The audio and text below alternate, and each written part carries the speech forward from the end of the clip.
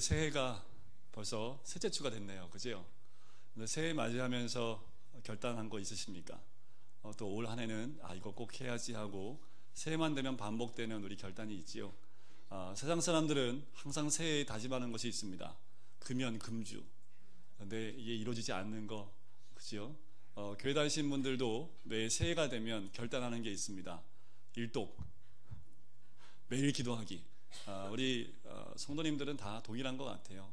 말씀과 기도가 항상 한 해의 목표 가운데 하나로 세워지는 것, 그것이 아마도 우리 모든 성도님의 동일한 마음이 아닐까라는 생각이 듭니다. 더 나아가서 한 해 동안 우리가 꿈을 꾸고 비전을 가진 것들이 있지 않을까라는 생각이 들어요. 어떻게 보면 우리는 꿈을 꾸고 있는 사람들이고 비전을 가지고 나아가는 사람들입니다. 비전과 꿈이 없으면 오늘 하루 살아가는 것이 참 힘들고 어렵지요. 하지만 우리가 힘들고 어려워도 살아갈 수 있는 것은 꿈이 있고 비전이 있기 때문이 아닌가라는 생각이 듭니다. 우리 예수님이 이 땅에 오셔서 이 땅 가운데 그 꿈과 비전을 이루었던 분이 우리 예수님입니다. 그리고 십자가에 죽는 그 순간 그 모든 꿈과 비전을 이 땅 가운데 완성하시고 부활하신 그 주님의 모습이 있지요. 그 주님께서 부활하신 다음에 40일 동안 그 꿈과 비전을 누구에게 나눠주십니까? 제자들에게 나눠주시지요. 40일 동안 그 하나님의 꿈, 바로 예수 그리스도의 그 꿈과 비전을 그 제자들에게 고스란히 전가해 줍니다. 그 꿈과 비전이 뭐였을까요? 하나님 나라입니다. 예수님이 이 하나님 나라를 이 땅 가운데 임하게 하셨고 그 나라가 전 세계에 퍼지는 그 꿈과 비전을 제자들에게 심어주게 되지요. 그래서 예수님은 제자들에게 이것을 이루기 위해서 예루살렘을 떠나지 말고 성령이 임하시기까지 기다리라 라고 말씀을 했습니다. 성령이 임하시고 권능을 받은 그들은 주님의 꿈과 비전을 이루어 사도행전을 적어 놓게 된 거지요. 그리고 그들 모두는 증인의 삶을 살게 됩니다. 그래서 제자들을 생각하면서 제가 이런 별명을 붙이고 싶어요. 비저너. 영어 사전에 찾아보니까 비저너라는 말이 없더라고요. 비전이라는 말은 있습니다. 근데 보통 명사에다 ER을 붙이면 사람들이라는 뜻이 있어서 한번 만들어 봤는데 사전에 없더라고요. 비전어 참 좋은 말이지 않을까라는 생각이 들고요. 제자들에게 또 하나의 또 별명이 있다면 드리머가 아닐까. 하나님 주신, 예수님이 주신 그 꿈을 이 땅 가운데 이루었던 그 드리머들이 아닐까라는 생각이 듭니다. 여러분, 우리가 비전을 품고 그리고 꿈을 품고 사는 것, 그 꿈과 비전이 우리 주님이 우리에게 주신 그 꿈과 비전이 되기를 주의 이름으로 간절히 축원드립니다. 그래서 올해 가기 전에 주님이 우리에게 허락하신 그 꿈과 비전을 이루어드리고 하나님께 영광 돌릴 수 있는 우리 모든 성도님 되시기를 주의 이름으로 간절히 축원드립니다. 주님이 부활하신 그 장면, 또 승천하신 장면을 제자들이 보아요. 예수님이 승천하신 그 자리에 머물러 서서 하늘을 쳐다보고 있을 때 천사들이 나타나지요. 천사들이 뭐라고 합니까? 너희가 본 그대로 다시 오신다 라는 그 말씀을 합니다. 그 말을 듣고 오늘 본문 12절 말씀으로 이렇게 시작을 합니다. 제자들이 갈라몬이라 하는 산으로부터 예루살렘으로에 돌아오니 라고 얘기하지요. 자, 예수님이 승천하신 곳은 감난산, 바로 그곳입니다. 이 감난산은 감람나무가 많기 때문에 붙여진 이름인데요, 감람나무는 올리브 나무입니다. 제자들은 주님께서 승천하신 모습 그대로 오실 것을 확인한 즉시 감난산에 머물러 있었던 것이 아니라 어디로 왔다고요? 예루살렘으로 왔다고요. 그것은 무엇을 의미하냐 하면 삶의 현장으로 돌아왔다는 겁니다. 그들이 예수님이 승천하신 그 자리에 머물러서 예수님을 경배하는 그 자리에 머물러 있었던 것이 아닙니다. 그들은 예수님의 승천하신 모습을 눈으로 직접 확인하고 다시 어디요? 자기의 삶의 현장으로 돌아왔다라는 거지요. 그것은 무엇을 의미합니까? 다시 오실 주님을 마음에 품고 소망을 가지고 이 땅 가운데 살면서 그리스도인다운 삶을 살기 위해서 다시 이 땅 가운데 내려오는 거지요. 그리고 예루살렘으로 돌아온 이 제자들이 제일 먼저 했다는 것이 무엇입니까? 오늘 13절과 14절에 그 내용이 나와 있지요. 우리 14절 한번 같이 읽어볼까요? 14절 말씀입니다. 시작. 여자들과 예수의 어머니 마리아와 예수의 아우들과 더불어 마음을 같이하여 오로지 기도에 힘쓰더라. 삶의 현장으로 돌아온 제자들이 뭘 했다고요? 기도했다고요. 자, 근데 오늘 본문에 보니까 오로지 힘쓰다라는 말이 있습니다. 헬라 말에 의하면 프로스카테레오라는 단어인데 이 말 뜻은요, 자신을 붙들어 맨다라는 의미가 있는 것이 오로지 힘쓰다라는 거지요. 예수님이 승천하신 모습을 보고 다시 삶의 현장으로 돌아온 이들이 제일 먼저 했던 게 뭐라고요? 기도에 열중했다라는 겁니다. 그런데 무슨 기도를 했을까라는 거지요. 이들이 삶의 현장으로 들어와서 했던 그 기도가 무엇이었을까? 이들로 하여금 기도에 그의 삶을 묶을 수 있을 만한 그 이유가 무엇이었을까? 그들이 했던 기도는 이런 겁니다. 그들이 이 세상 가운데 그리스도인다운 삶을 살 수 있는 용기와 힘과 지혜를 달라는 기도가 아니었을까라는 생각을 해봐요. 왜냐하면 그 이후에 이들이 주의 복음에 죽음에 대한 위협이 있다 하더라도 결코 굴하지 않고 복음을 선포했던, 그리고 순교를 했던 이들의 모습을 보게 되면 복음을 위해서 하나님 용기와 힘과 지혜를 달라는 기도가 이들의 기도가 아니었을까라는 생각이 듭니다. 주님의 제자들이 예배당 안에서 세상을 변화시킨 거 아니에요. 예수님이 승천했던 감난산에서 세상을 보고 세상을 변화시킨 것이 아닙니다. 그들은 삶의 현장으로 돌아왔다라는 거지요. 삶의 현장에 돌아와서 그들이 3년 동안 예수님께 훈련받았던 삶, 그리고 초대교회를 이루고 서로 섬기면서 초대교회의 삶을 살면서 이 세상에서 그리스도인으로 살아가기 위해서 이 땅 가운데 기도로 시작을 했다라는 거지요. 사도행전은 교회에서 시작된 그리스도인 삶이 세상으로 이어질 때 주님은 이들을 통해서 세상을 새롭게 하겠다는 그 증언이 기록되어 있는 책이 이 사도행전입니다. 오늘날 우리 시대도 마찬가지지요.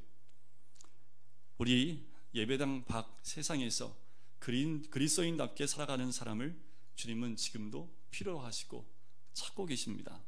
그런 사람을 통해서 세상은 변화될 수 있기 때문에 그래요. 그런데 여러분들, 이렇게 우리가 모여있는 이 장소 외에 세상으로 나가면 어떻습니까?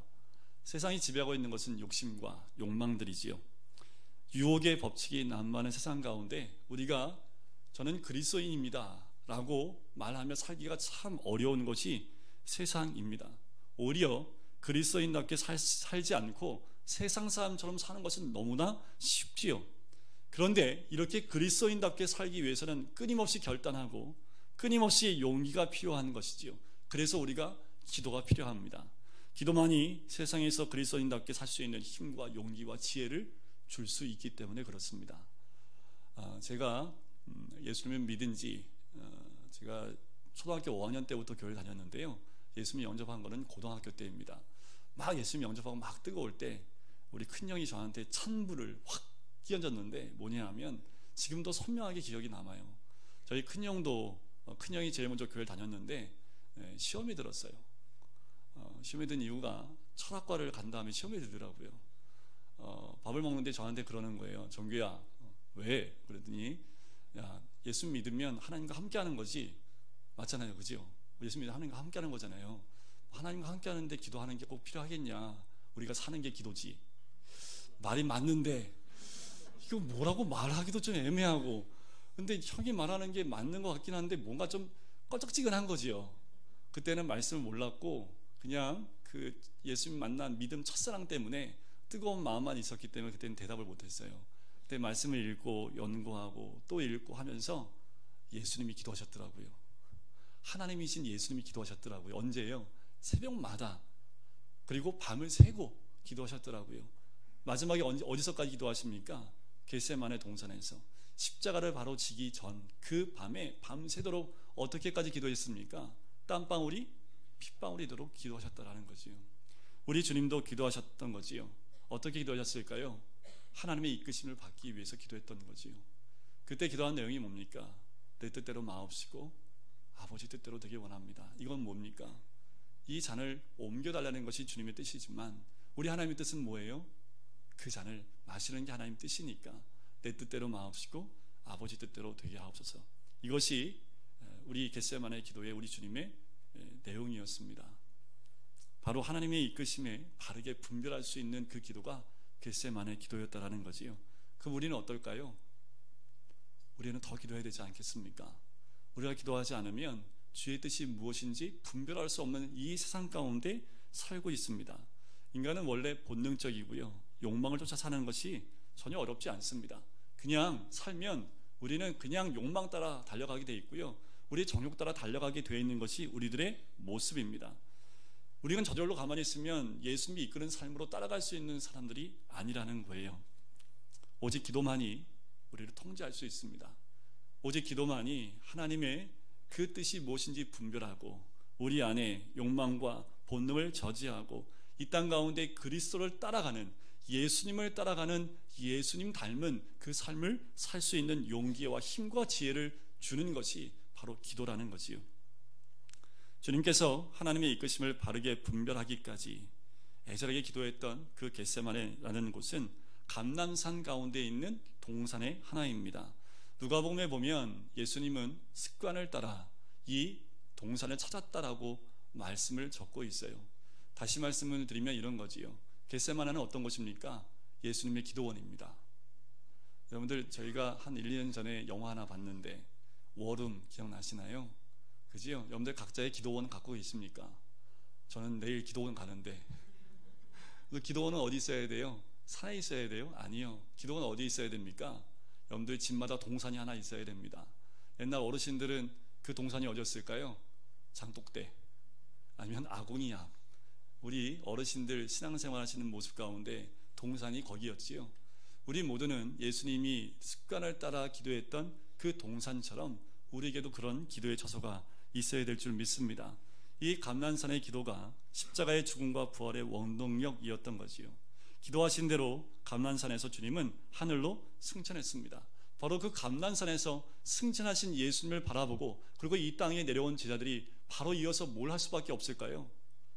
기도할 수밖에 없지요. 왜요? 그곳은 예수님이 뭐 하던 장소입니까? 늘 습관을 따라 예수님 어디 계시지? 하면 항상 거기서 기도하고 있었던 거지요. 예수님 식사 시간인데 어디 계시지? 하면 또 거기 가 있으면 거기에 또 예수님이 계셨던 거지요. 그곳에 갔더니 예수님이 거기서 승천하신 거지요. 그곳에 내려왔던 제자들이 할 수 있었던 것은 단 한 가지밖에 없습니다. 기도라는 거지요. 주님께서 기도를 통해 주님답게 당신의 인생을 마치고 승천하신 것처럼 제자들 역시 기도를 통해 이 세상에서 그리스도인다운 삶을 살 수 있는 힘과 지혜가 그 기도 가운데 있다라는 겁니다. 주님의 이끄심을 쫓아 세상을 새롭게 하는 사도행전을 읽을 수 있는 것은 기도했던 바로 이 자리에서부터 시작을 했던 거지요. 여러분들, 우리가 삶에 좀 어렵고 힘들고 고난이 오고 답답하고 슬프고 고민이 되면 그럼 어떻게 합니까? 자연히 기도하게 되지요.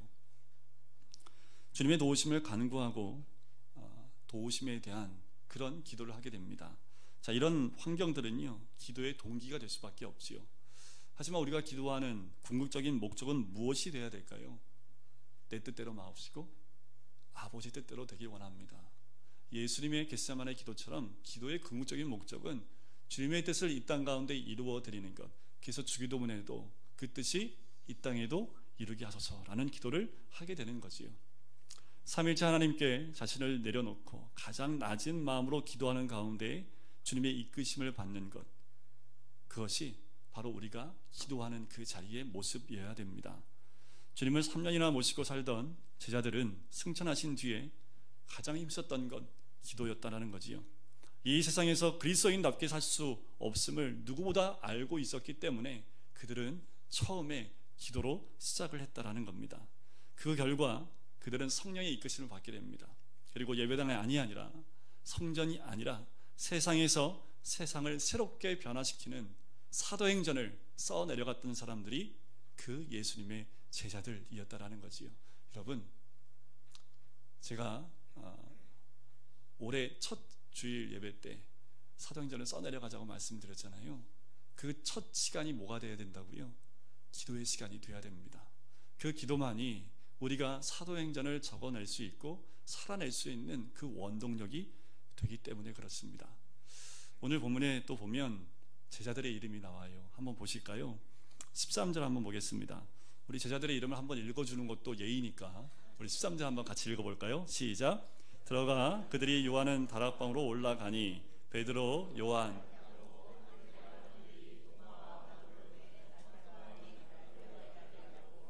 셀롯인 시몬, 야고보의 아들 유다가 다 거기 있어.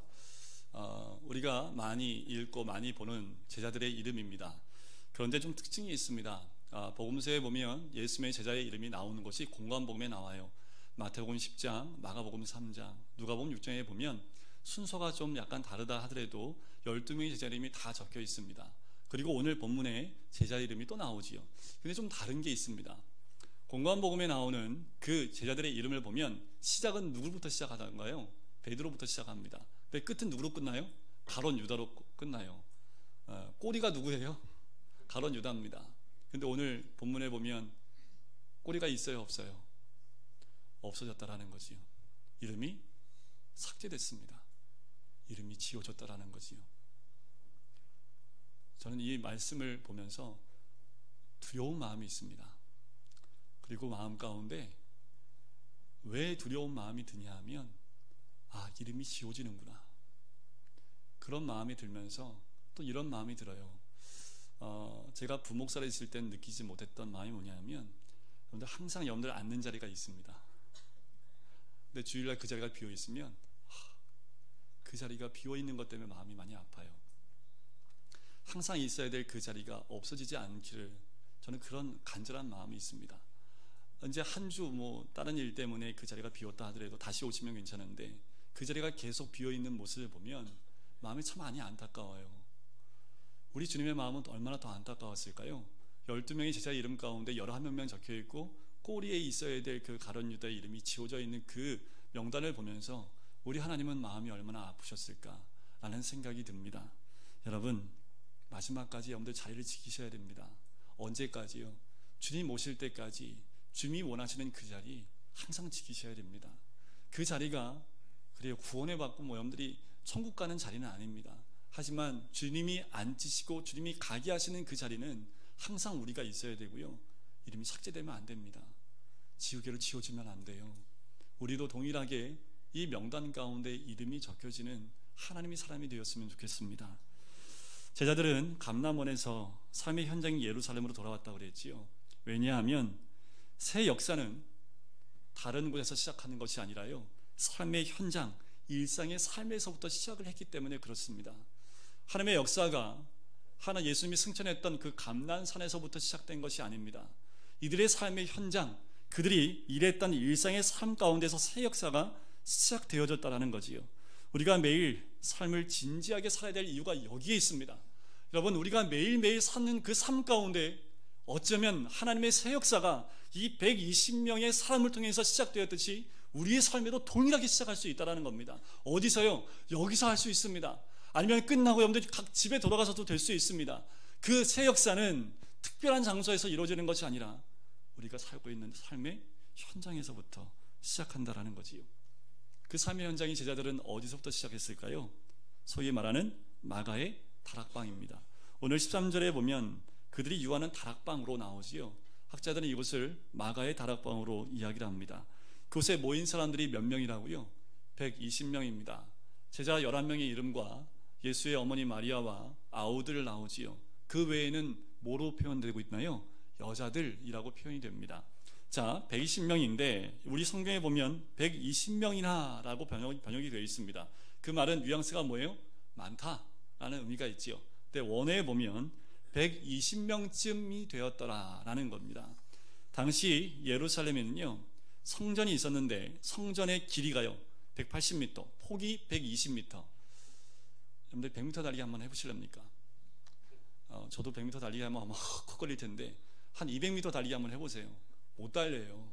그런데 성전의 길이가 얼마큼이요? 우리가 못 달려갈 만큼, 헉헉거려서 못 달려갈 만큼 그렇게 컸다라는 겁니다. 마가다락방에 비교하면 어땠을까요?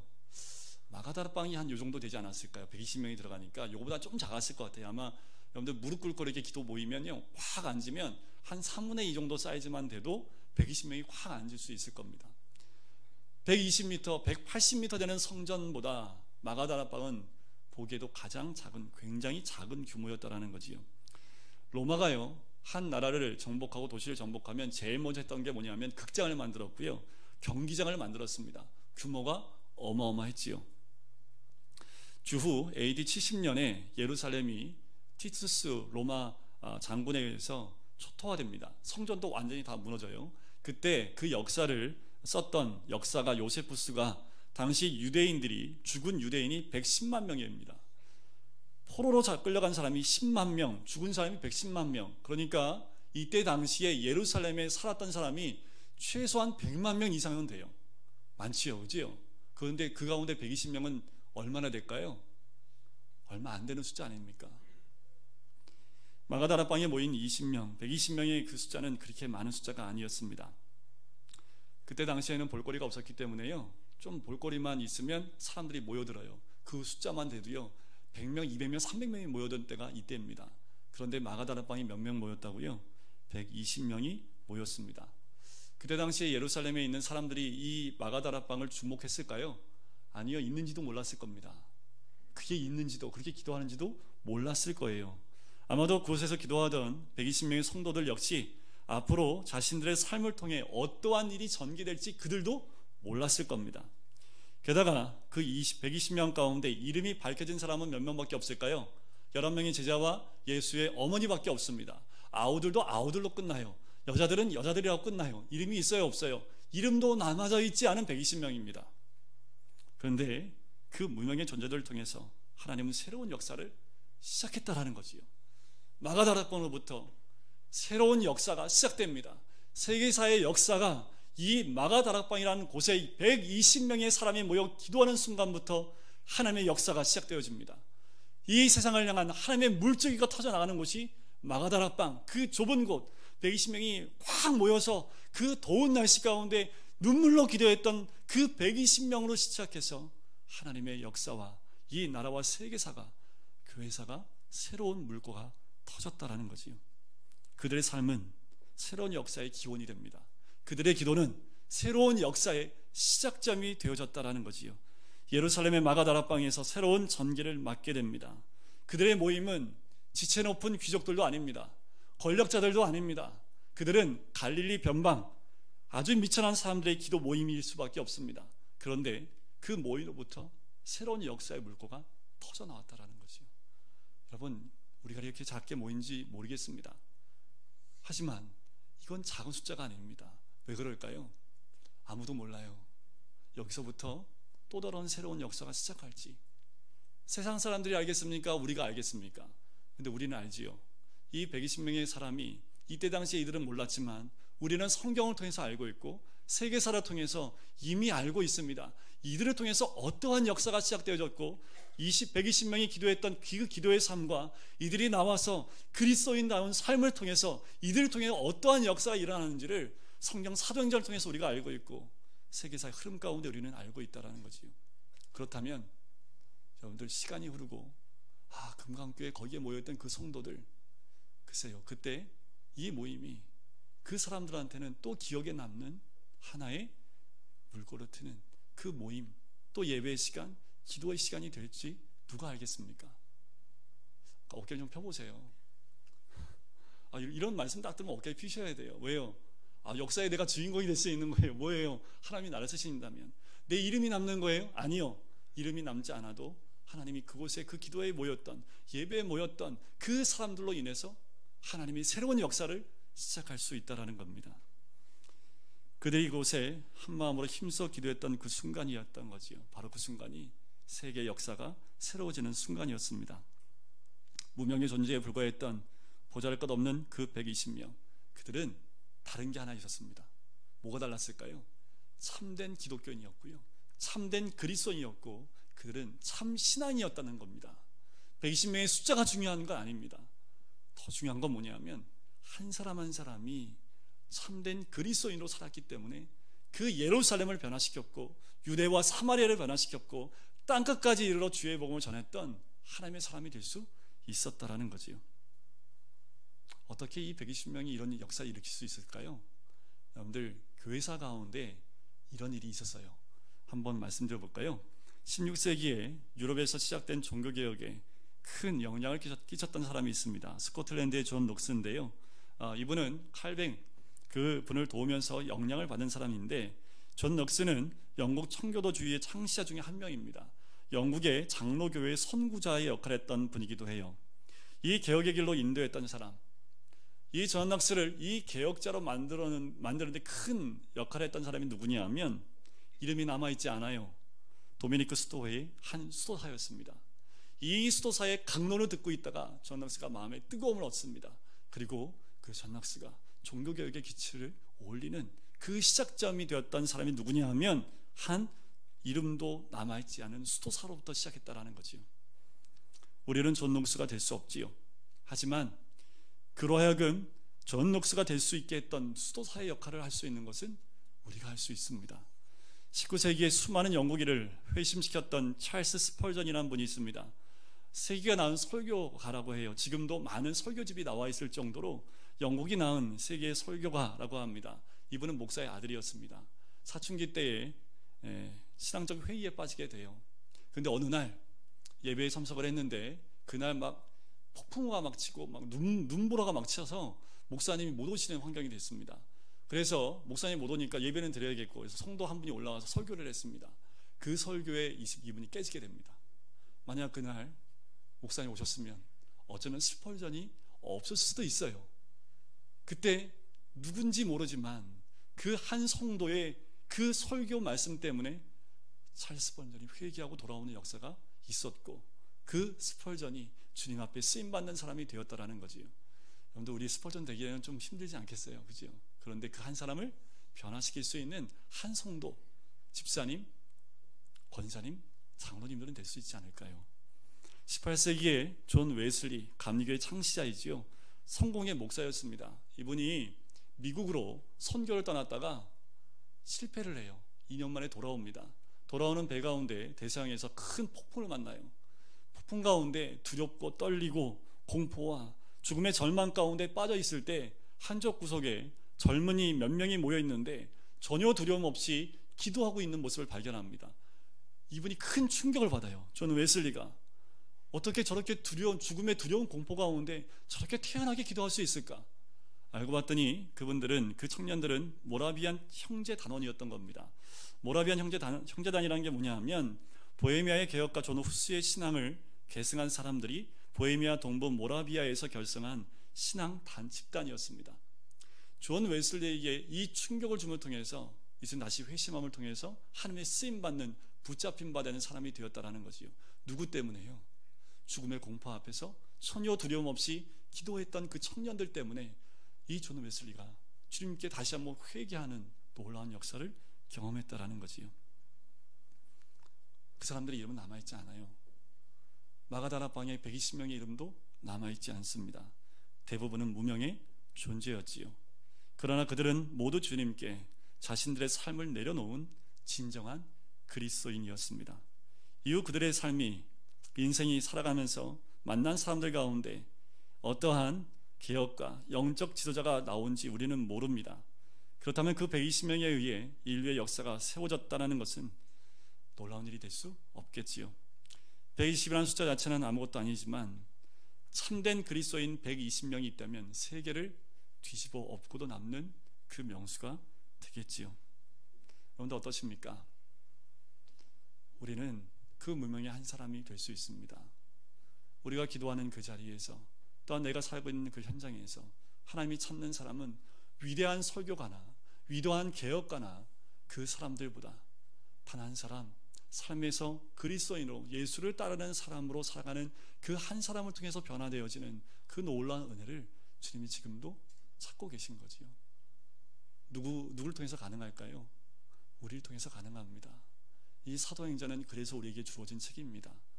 우리를 통해서 그렇게 예수님이 가신 길을 따라가면서 예수님이 우리에게 주신 그 꿈과 비전을, 하나님 나라를 이 땅 가운데 다시 한번 세워나갈 수 있는 것은 이름도 빛도 없는 아주 작은 무명의 그리스도인으로부터 시작을 했다라는 거지요. 여러분, 우리는 우리 삶의 현장에서 기도의 동산을 찾으셔야 됩니다. 거기서부터 하나님의 나라는 이루어질 줄 믿습니다. 우리를 통해서, 또한 우리 교회를 통해서, 아니요, 여러분들이 가정을 통해서 이 놀라운 역사가 이 땅 가운데 전 세계에 나타나는 놀라운 하나님의 사역자리 되시기를 주의 이름으로 간절히 축원드립니다. 우리 같이 기도하실까요?